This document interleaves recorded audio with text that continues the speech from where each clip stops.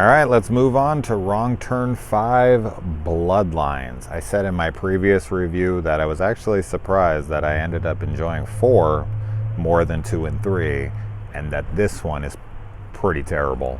And let's talk about that. This film is pretty fucking terrible.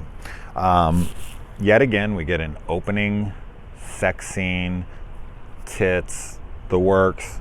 No complaints there. We also get a severed hand that makes the 5, like the girl's hand gets cut off and it falls on the ground and it's wrong turn and her hand's out for 5. I mean, a hand curls up when it's dead, so it wouldn't do that, but whatever, it's fun. That was like, oh, we get tits, we get this, we get that, we get a hand cut off for 5. This is gonna be fun. No, it isn't. The only good thing I can say about this movie is the gore. The gore is awesome. The kills are fucking vicious, man. I said that about the last movie, I'll say it here. They are mean, they are nasty, and they are fucking violent, and that's awesome. So I will give it that. It has that going for it in spades. I thought they did an excellent job with the gore. So I'm going to start this off a little more positive. Let's get into the rest. The acting in this movie. Now, you want to say the acting in 4 is bad? The acting in this one is dog shit. Okay, this one is horrendous. This is like porno acting. Okay, so let's not talk bad about 4's acting unless you've seen this one. The girl in the opening is jogging around in what looks to be a Kill Bill suit. Like, it looks exactly like the bride's outfit in Kill Bill. I don't know if that's a nod to it or not, but it was cute to see. As I said, the makeup just keeps getting worse and worse. In this one, it just looks like they're wearing masks, basically. It's so bad. They have it set up to where they're having a hillbilly festival. So the fact that the guys are walking around in town wasn't supposed to be suspicious. Except for, by the time the hillbillies get to town, except for like one quick scene, no one's in town. And it's so clearly shot on some kind of like a backlot of sorts.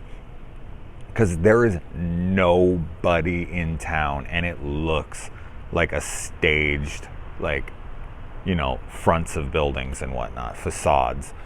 But it's funny to me that they introduced the whole hillbilly festival to kind of give off that, like, you know, it explains away a couple things. Like, she calls in later and being like, we're getting attacked by hillbillies, and the guy looks it up, who actually happens to be Finn Jones from Game of Thrones and Iron Fist, and he's like a stone dispatcher. But she calls him up and she's like, we have hillbillies after us, and he's like, yeah, right. He looks on his computer really quick. I don't know why he checked that, but he does, and he's like, yeah, right, you think this is a joke? And then they walk through town for like half a second, but it's like, the fact that it's almost not used at all, it's funny to me that they even bothered to explain that, because that should have been used more. We get like a Halloween 4 electrocution, go down to the electric company and throw the guy on the electric to short out power to town. Little nod there. I'm not sure if it's intentional, but I mean, come on. We have Paw in this again.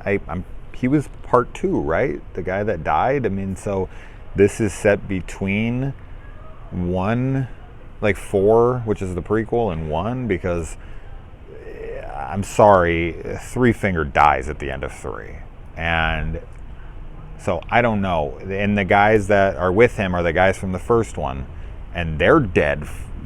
I think for sure they burned up in that one in the first one. So I'm guessing this has to take place between then, because as I said, Paw dies in 2.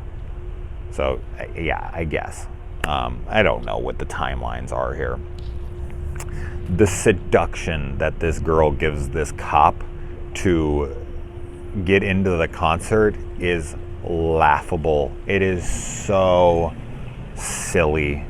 It's hilariously bad. It is a full-on porno scene in this movie, and it is there for almost no reason. Like, it's supposed to explain why her deputy has been distracted. I don't know why it would make him distracted for the entire night. Man, he can go a long time, I guess. But the sex scene is gratuitous. They just they're in the car and they're fucking for like a full minute or two, and it's just a reason to show her tits off, and I'm not complaining, but it's just it's like, and the way she seduces him, seriously, it's almost worth the watch because it's so generically awful. Like when you watch a porno and people write that bad porno dialogue of how a woman seduces a man supposedly in fantasy, it's that bad. The music in this movie is fucking terrible. It's like slow guitar solos. Sounds like something out of like a knockoff of Lethal Weapon. It's dreadful. Another thing that happens in this movie that I've always wanted to talk about on this channel, it hasn't happened in any movies I've watched since I've started this channel, but it's something I bitch about every time I see it because I think it's so fucking stupid, is when a girl puts sheets over her tits while the guy's on top of her fucking her. No one has ever done that in the history of ever, and I don't know why movies want to make us believe that is ever a thing. Like, I get it, the actress doesn't want to show her tits, so she covers her tits with a sheet in order to not show them. But it's like, wear a bra. I don't understand why there's no way, no chick, and if you, I mean, I guess this is possible, but a girl does not pull sheets over her tits while you're on top of her having sex with her. That's just not a thing. And they do it in so many films, and my girlfriend always laughs because I point it out every time. I'm always annoyed. I'm like, that is not real. Stop doing it. It's so fucking stupid. Anyway, as I said, the kills in this movie are fucking evil, man. They are like beating a guy's legs as they're stretched out, and they're like knocking them off, and then they get this guy in this like mulcher machine, and it like rips his body, and then they hit a guy with a truck, and he's like legless after they've beaten him, and they goes under the car, and he's like rolling under. The gore in this movie is fucking fantastic. Absolutely. If you're a Gore fan, absolutely watch this movie for that. I would fast forward to those scenes though.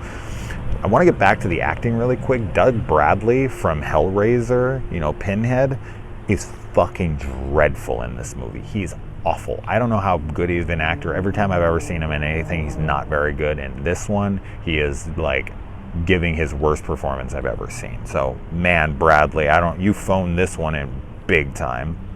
We have a reverse mirror scare in this one. It's the killer who goes in the medicine cabinet, opens it up, and closes it, and the protagonist is behind him and clips him in the head. I've never seen that before, so I thought that was pretty cool.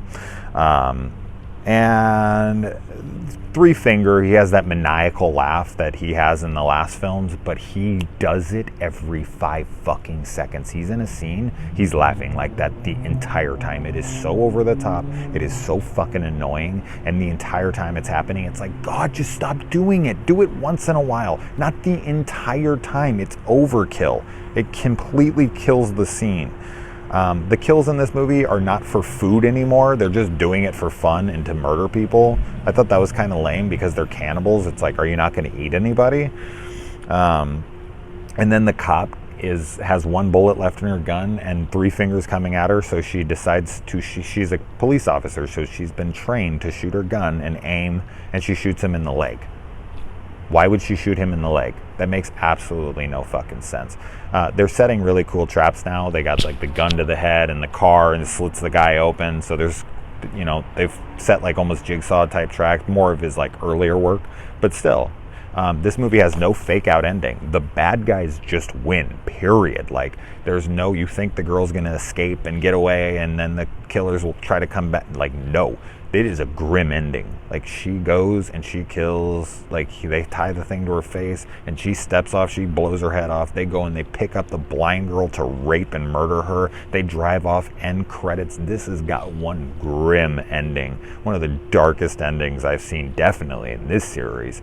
Man, I was like, fuck, man, there is no hope in this one at all, not even for a second. So I like that about it, but for the most part, as I said, this movie is dreadful. Go in it for the kills, the ending's cool, there's a couple little neat things, but outside of that, as a film, this is terrible.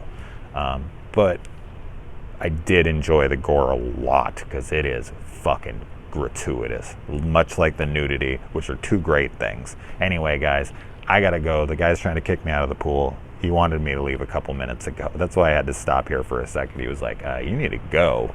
It's late. So I'm sure someone complained like I said they were going to. I don't know why I gave the thumbs up. I didn't want to piss anyone off. Anyway, I gotta go, guys. All right.